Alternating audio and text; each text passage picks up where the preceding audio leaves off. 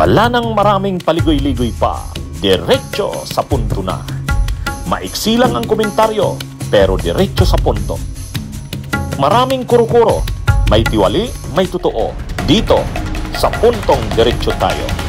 Punto Diretso. O, ito na. O, last na topic natin. O, may memo, may memo si DPWH Secretary Manuel Bunuan.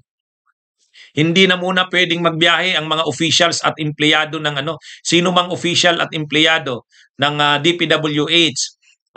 Hindi na pwede munang mag-apply ng authorization to travel abroad. O, bawal mag-travel abroad.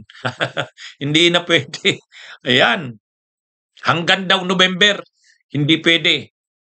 Alam nyo, pag nasa gobyerno ka, kahit ka ordinaryong empleyado, hindi ka pwedeng mag-travel abroad na wala ka munang authority to travel. Kailangan yan. Pagdaan mo yan sa immigration, titingnan doon, anong occupation mo, saan ka nagtatrabaho, government employee or government official ka. Hindi pwedeng walang naka-attach doon na authority to travel. Kailangan may authority to travel ka. So ngayon, hindi na pwedeng mag-travel muna. Canceled muna ang pag-i-issue ng mga authority to travel. Nahihiya na siguro ng DPWH. Bakit ka magta-travel abroad? Official ka ng gobyerno o kaya empleyado ka? Kahit sabihin mong gagastusan ka ng kapatid mo, kapamilya mo, hindi na muna. Kasi ang sama ng dating sa publiko, bigla. Kailangan gawin yon. Pero ang palusot ni Manuel Bunuan, kailangan daw muna kasing asikasuhin ng mga inspection, yung mga may problema projects, ayusin na muna, kaya wala na daw munang babiyahe. Pero ang totoo dyan, rin sila. Ayaw na muna nilang, makikita mo yung regional director ng DPWH nandun sa Switzerland. Makikita mo yung regional o district engineer ng DPWH, makikita mo nandun sa Bali, Indonesia, o kaya nandun sa Japan. Wow! Kaya ayaw na nila munang dagdagan ng problema nila. Kaliwat kanan ang inaabot nilang yung mga anak ng mga contractors at politiko, ayun, nagpapakasasa sa kanilang karangyaan, binabandila. Yung mga contractors, ayun, binabandila rin ang kanilang luho. Tapos yung mga DPWH din, ordinaryong empleyado lang o kaya district engineer, nandun din, nasa travel din abroad. Grabe nga naman. Talagang magagalit ng sobra ang taong bayan. Kaya nag-order si Manuel Bunuan, wag na muna. Wag na daw muna. Hindi daw muna mag-a-approve ng authority to travel. Hindi bibigyan kahit na maliban na lang daw kung emergency na medical reason. Ibig sabihin, magpapagamot, malala ang sakit sa abroad, magpapagamot sa abroad. Pero yung mga normal lang for personal reason ng mga travels, hindi daw pwede. Paano yan? Ano yan? Mga taga-DPWH. Kayo kasi. Anyway, mga kabunyog, mga kawayan, sa tingin lang naman natin, hindi tatagal. Ililift lang yan. Pag medyo malamig-lamig na, ano naman yan? Balik na naman. Balik sa dating kalakaran. Yan, sa totoo lang, yan ang mangyayari dyan. Mga kabunyog.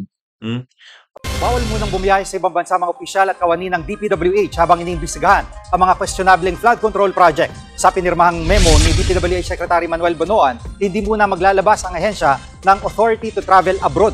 Gayunman, papayagan pa rin ang mga pagbiyahe kung ito'y para sa medical reasons. Patutupad yan hanggang sa katapusan ng Nobyembre. Hindi masyadong maganda ang ating naging karanasan sa sunod-sunod na kalamidad na dulot ng pagbaha. Sa maraming lugar, lalong na po sa Metro Manila, ramdam ko po ang hirap ng marami sa ating mga kababayan na naapektuhan ng pagbaha. Tapos biglang nagkaroon pa itong issue ng mga substandard flood control projects. Hindi na po katanggap-tanggap ang substandard na paggawa. Dinagdagan po ng mga nababalitaang guni-guni o ghost projects. Ang ating Presidente, Ferdinand R. Marcos Jr. ang nakakita sa mga ganitong ghost projects sa kanyang personal na pagbisita sa mga kinalalagyan ng mga proyektong ito. Nakakasikip po ito ng dibdib at napakasakit pong tanggapin ang mga nangyayaring ito sa ilalim ng aking panunungkulan kahit ano po ang higpit at strikto ng ating mga pulisya laban sa katiwalian. Meron ngang nananawagan sa akin na ako po raw ay mag-leave o kaya po ay mag-resign dahil po sa isyong ito. Yan po sana ang madaling gawin, mag-resign o talikuran ko ang problema. Pero hindi po ang pag-alis o pag-iwas ng responsibilidad ang tamang paraan ng paghahanap ng solusyon. Sa akin po, tatanggapin ko ang accountability, pero tandaan po ninyo, hindi ko po kukonsintihin at papayagan ang anumang uri ng korupsyon na nangyayari. Kaya nga po, nananawagan tayo sa ating mga kababayan na tulungan ninyo po ang ating Pangulong Bongbong Marcos na puksahin ang maling sistema na ito na sumisira sa magagandang layunin at paglilingkod ng administrasyon. Hindi tayo papayag na lapastanganin ang sinumang tiwali sa DPWH, kontraktor o kahit sino pa ang maglustay ng pundo na nagmula sa dugo at pawis ng ating mga kababayan. Gusto nating managot ng dapat managot, makulong ang dapat makulong. Sa katunayan, may mga ilang aksyon na tayong ginawa para matugunan ng iba't ibang issue, kagaya ng una, pagbuo ng Anti-Graft and Corrupt Practices Committee para sumbungan dito sa departamento.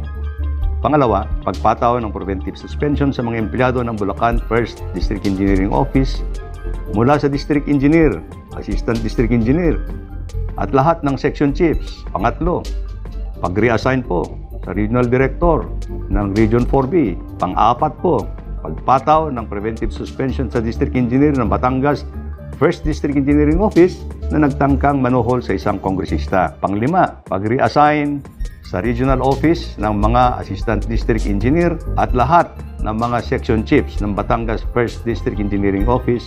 At pang-anim, tuloy-tuloy po ang pag-validate kung nandiyan pa ba ang mga flood control projects sa Bulacan at ibang probinsya ng Region 3, Region 4B, Region 6, 7, and 8 sa mga isinubmiti nating listahan kay Presidente na nagawa ng flood control projects mula July 2022 to May 2025.